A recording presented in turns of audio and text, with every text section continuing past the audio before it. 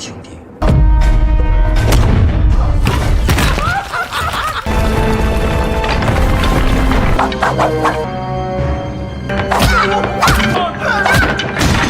Assalamualaikum warahmatullahi wabarakatuh. Hai sobat enak nonton 25. Apa kabar kalian semua? Semoga dalam keadaan sehat selalu dan dimudahkan rezekinya. Oke, di video kali ini Mimin akan menceritakan sebuah film di mana film ini mengisahkan tentang kehidupan di perguruan kungfu dan segala kejenakaannya. Tak hanya itu, di perguruan ini memiliki sebuah pusaka yang sangat langka dan diincar seorang bos mafia yang melegenda. Yaps, mungkin penasaran dengan kelanjutan filmnya? Tanpa berlama-lama, marilah kita simak videonya. A few moments later. Di awal film, diperlihatkan dengan dua orang ninja amatiran yang menyelinap masuk di sebuah kuil untuk mengambil batu pusaka Olong. Di dalam kuil itu, terdapat beberapa orang di sana. Salah satunya, dua bocil ini yang bernama Liang, Ruing-Ruing, Sing, Pinggi, dan juga guru mereka, semua yang dipanggil guru alis panjang. Di sana juga, ada beberapa murid lainnya. Saat itu, mereka sedang mengalami krisis keuangan. Sing menyarankan gurunya agar mereka diizinkan pergi ke pasar untuk mengajak lebih banyak ikut untuk mengatasi masalah keuangannya. Akan tetapi, sang guru khawatir dengan kuilnya. Jika mereka pergi, tidak ada yang menjaga kuil tersebut. Beberapa waktu yang lalu, guru alis panjang menerima sebuah batu bertua Olong dari keempat teman perguruannya agar dijaga dengan baik. 交给我保管。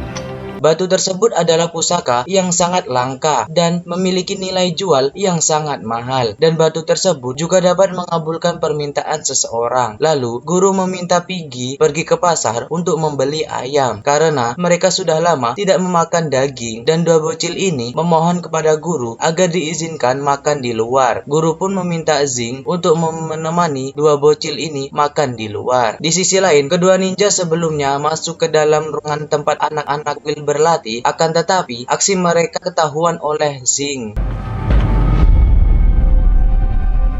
Mereka pun menyerangnya, namun Sing mengajar mereka berdua dan film pun dimulai. Terlihat seorang bos mafia bernama Blaze yang memerintahkan kedua ninja ini untuk mengambil batu bertuah Olong. Karena gagal, ia pun mengusir mereka berdua. Di saat itu juga, putrinya menangis karena Blaze tidak pernah memeluknya dan selalu menunda jika putrinya ingin memeluk Blaze. Tiba-tiba, putrinya langsung memeluknya. Blaze merasa kesakitan karena ternyata ia alergi dengan wanita. Penyakit tersebut tidak bisa disembuhkan kecuali dengan batu bertuah Olong. Karena itulah ia mengincar batu tersebut. Di sisi lain, terlihat pria bernama Wi yang sedang pura-pura tertabrak mobil untuk memeras pengendara mobil tersebut. Akan tetapi, pengendara mobil tahu kalau Wi hanya berpura-pura. Beberapa saat kemudian, orang-orang pun mulai berdatangan dan salah satu dari mereka menyalakan petasan untuk membuktikan Wi berpura-pura apa tidak. Mereka yang melihatnya pun yakin kalau Wi tidak berpura-pura dan meminta pengendara mobil untuk membawanya ke rumah sakit. Lalu, salah satu dari mereka menyarankan untuk tidak membawanya ke rumah sakit karena bisa saja ia akan berurusan dengan polisi. Ia pun menurutinya dengan meminta kepada orang ini untuk mengatasinya dengan sedikit imbalan. Lalu, seorang pria bernama Chen mengikuti Wi yang ternyata sedang berbagi hasil dengan teman-temannya karena mereka bekerja sama untuk menipu orang. Kemudian, Chen menghadang Wi karena handphone yang ia pegang adalah miliknya. Namun, tujuan Chen yang sebenarnya adalah meminta Wi untuk mengajarinya berakting karena tadi ia melihat Wi berkemampuan yang sangat menjiwai aktingnya. Chen memiliki paman seorang sutradara yang sangat terkenal. Namun, pamannya mengabaikan Chen tidak mempunyai pengalaman hidup. Karena itulah, ia ingin belajar kepada Wi. Namun, Wi berusaha kabur dari Chen. Lalu, ia mengatakan akan mematuhi perintah Wi jika ia bersedia mengajarinya. Ia pun menyetujuinya dan meminta Chen untuk membelikan obat. Ia pun segera pergi ke apotek. Begitu juga dengan Wi yang lari menjauh. Dan tiba-tiba, Wi tertabrak mobil dan anehnya si kakek pengendara mobil malah memarahinya.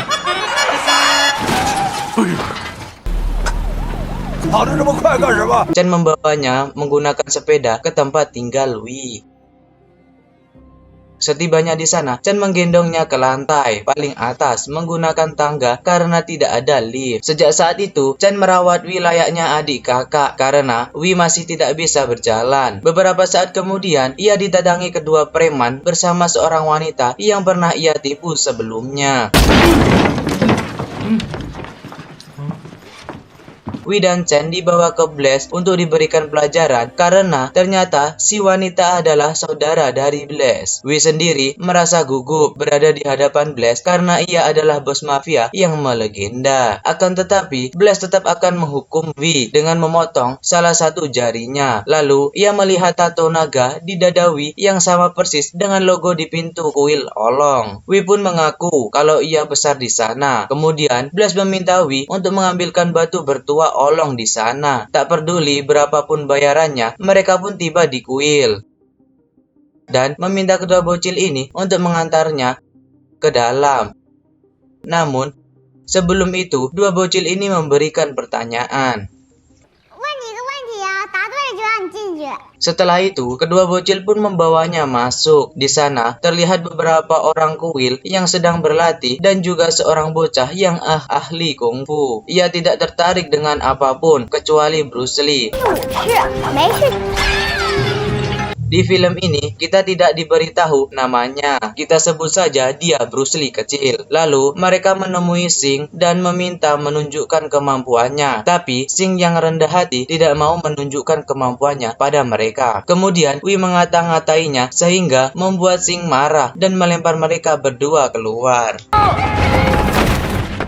Beberapa saat kemudian, guru alis panjang mempersilahkan mereka berdua masuk. Di sana, Wi menceritakan kisah perjalanan hidupnya, mulai dari gembel, gangster, dan penipu. Ia juga bercerita kalau tidak memiliki orang tua. Mendengar hal tersebut, guru pun mengizinkan mereka berdua tinggal di sana. Aturan pertama di kuil itu, pendatang baru harus memakan satu mangkok mie olong dan harus dihabiskan. Jika tidak, ia akan dihukum. Wi pun menghabiskan mie tersebut dengan mudah. Akan tetapi, Sing terus menambahkan mie-nya karena kebiasaan orang di sana menutup mangkoknya jika sudah kenyang. Jika tidak berhenti, ia masih lapar. Di sisi lain, Chen dikerjai dua bocil bandel ini.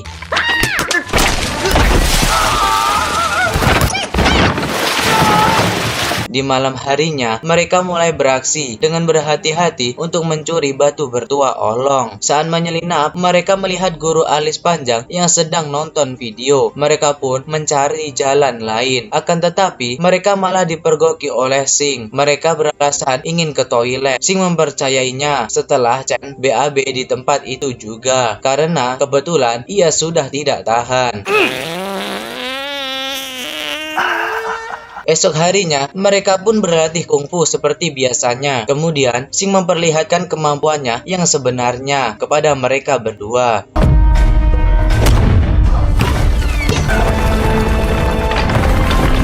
Setelah itu, mereka berdua menghampiri Rui untuk menanyakan keberadaan batu bertuah Olong. Tapi, Rui tidak mau memberitahunya. Kemudian, ia meminta saran kepada mereka agar Bruce Lee kecil menyukainya. Ternyata, selama ini, si bocil Rui mencintai Bruce Lee kecil. Lalu, mereka pun berusaha membantu Rui untuk menarik perhatian Bruce Lee kecil. Tapi, ia pergi dari sana. Malam harinya, Wi memikirkan cara untuk mencuri batu Olong. Setelah melihat kemampuan Sing yang sebenarnya, mereka tidak berani untuk mengambil batu Olong dengan tindakan berani. Chen mengajak Wi untuk tinggal di sana saja dan berlatih kungfu agar tidak ada orang yang mengganggunya lagi. Tapi Wi tidak mau karena di zaman sekarang meski berlatih ilmu bela diri bertahun-tahun akan dikalahkan dengan satu penduru. Wi berniat mencuri batu Olong dengan caranya sendiri, yaitu dengan meracuni mereka semua. Tapi Chen tidak tega melakukan hal tersebut. Hingga pada akhirnya mereka semua pun tewas dan Wi terbangun dari mimpinya.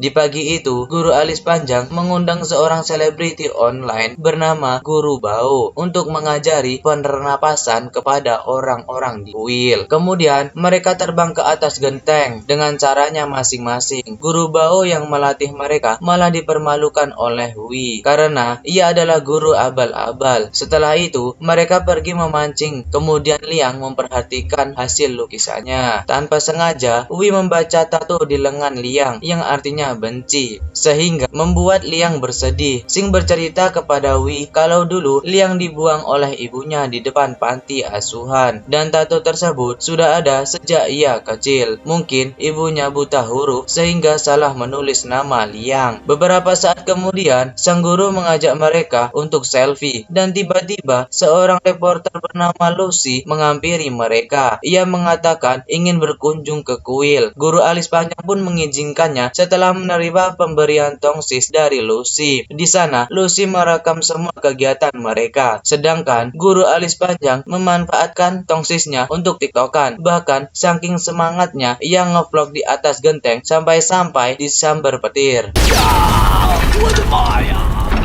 Di sisi lain, ternyata Wi mengenali Lucy karena ternyata ia adalah mantannya di masa lalu. Saat itu, Wi membuat tato di dadanya dengan bertuliskan nama Lucy. Beberapa waktu kemudian, Lucy meninggalkannya dengan tanpa alasan. Ia pun meminta si tukang tato untuk menutupi tulisan tersebut. Hingga akhirnya, ia memilih gambar naga di sebuah koran. Sejak saat itu, ia berjanji akan menjadi orang jahat. Lucy mencoba untuk menjelaskan, tapi Wi tidak mau mendengarkannya. Di malam itu, Wi dan Chen berniat untuk membakar kuil tersebut. Dengan begitu, mereka semua akan keluar membawa barang berharganya, termasuk batu bertuah olong, sehingga memudahkan mereka untuk mengambilnya. Sebenarnya, mereka berdua agak ragu untuk membakar kuil tersebut. Tanpa sengaja, mereka menjatuhkan apinya, sehingga membuat kuil terbakar. Mereka berusaha untuk memadamkannya dan membangunkan mereka semua hingga akhirnya Wi tertimpa runtuhan kuil tersebut. Setelah itu, guru alis panjang sedang memberikan nafas buatan. Wi akhirnya tersadar setelah koma selama 3 hari. Mereka menjaganya dengan bergiliran. Mereka semua sudah menganggap Wi sebagai keluarganya. Mendengar hal tersebut, ia pun tersentuh dan sadar telah melakukan kesalahan. Singkat cerita, mereka pun memperbaiki kuil, sedangkan guru alis panjang sibuk ngevlog karena sudah kecanduan. Beberapa saat kemudian, Wi teringat kalau besok adalah hari ulang tahunnya, tapi ia sadar kalau tidak ada orang yang merayakannya. Saat makan bersama, Chen mengingatkan hari ulang tahun Wi kepada mereka dengan kode. Akan tetapi, mereka semua tidak paham dengan kode tersebut. Di malam harinya, Chen sebagai seorang sahabat merayakan ulang tahun Wi walau hanya dengan sebuah korek api. Tak lama kemudian, terdengar lagu ulang tahun dari luar. Saat Wi dan Chen membuka jendela, ternyata guru alis panjang dan yang lainnya memberikan kejutan kepada Wi. Lagi-lagi, Wi dibuat terharu oleh mereka. Setelah itu, Wi teringat kalau sudah lama tidak menghubungi Blaze. Ia pun menelponnya. Tentu, Blaze sangat marah kepada Wi karena tidak pernah mengabarinya. Ditambah lagi, Wi belum mendapatkan batu bertuah tersebut.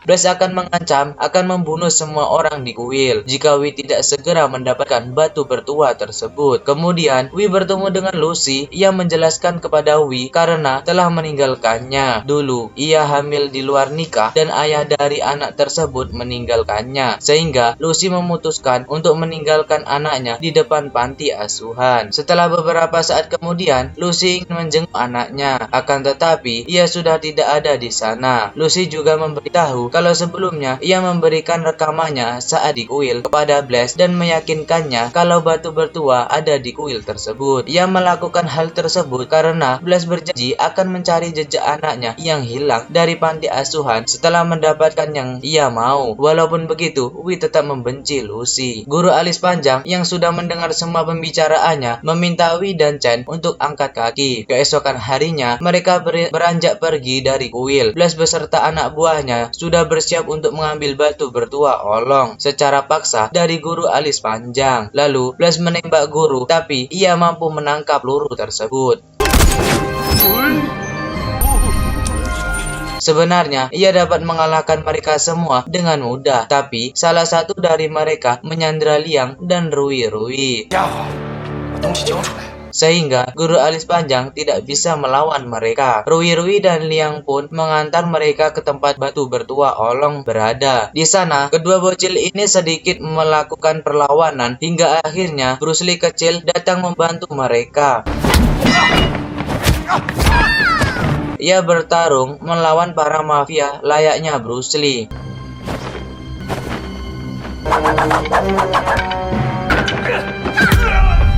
Setelah itu, Lucy menyadari kalau Liang adalah anaknya setelah melihat tato di lengannya. Di luar, guru beserta yang lainnya disekap oleh Blaze. Namun, beberapa saat kemudian terlihat tapak kaki dan angin yang begitu kencang. Ternyata, itu adalah kakak seperguruan guru alis panjang. Ia dapat mengalahkan mereka semua menggunakan tenaga dalamnya.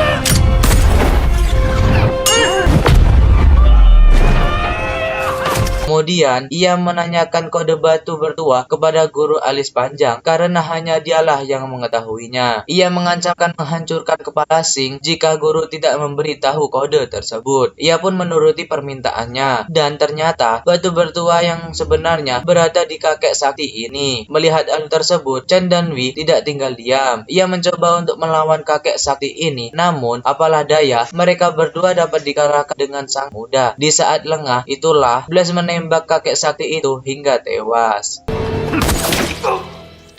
Bersamaan dengan itu, Piggy datang dan langsung menghajar Blaze beserta anak buahnya. Kemudian, guru alis panjang mengambil batu bertua dan membaca mantranya. Batu tersebut menyala dan mengeluarkan asap. Setelah itu, si kakek sakti hidup kembali setelah guru alis panjang membaca mantranya. Di saat itu juga, Blaze tersadar dan berlutut memohon ampun agar guru alis panjang menyembuhkan penyakitnya. Lalu, guru meminjamkan batu bertua tersebut kepada Blaze. Di hari ulang tahun anaknya, Blaze memeluk putri kesayangannya tanpa rasa sakit sedikit pun. Di sisi lain, Wei melihat beberapa lukisan Liang yang ditempel di pagar. Hal tersebut membuatnya teringat beberapa saat yang lalu. Di sana juga ada Lucy serta kedua bocil hingga akhirnya Wei memutuskan untuk kembali menjalin hubungan dengan Lucy. 5 tahun kemudian, guru alis panjang sangat senang melihat Luna karena ia telah menunggu kedatangannya selama 30 tahun. Luna adalah wanita pujaan hati guru alis panjang di masa lalu. Tapi ternyata ia bukan Luna, melainkan orang yang hanya numpang ke toilet dan kebetulan mirip dengan Luna. Guru pun mengajaknya selfie. Sementara Chen menjadi seorang artis dengan memperagakan aktingnya seperti Wei. Setelah itu, semua mereka kembali ke kuil untuk belajar kungfu bersama dan film pun selesai. Tamat.